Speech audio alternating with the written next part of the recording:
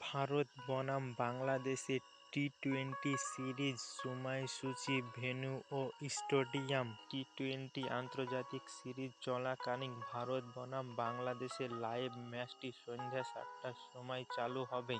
জিও সিনেমায় হিন্দি এবং ইংরেজি সহ আরও 9টি ভাষায় লাইভ দেখানো হবে। ম্যাচ তারিখ, সময়, ভেন্যু।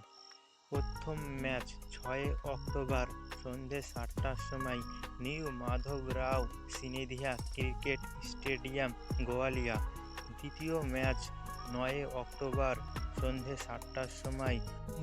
তৃতীয় ম্যাচ 12 অক্টোবর সন্ধ্যা 7টার সময় অরুণ জেটলি স্টেডিয়াম, দিল্লি।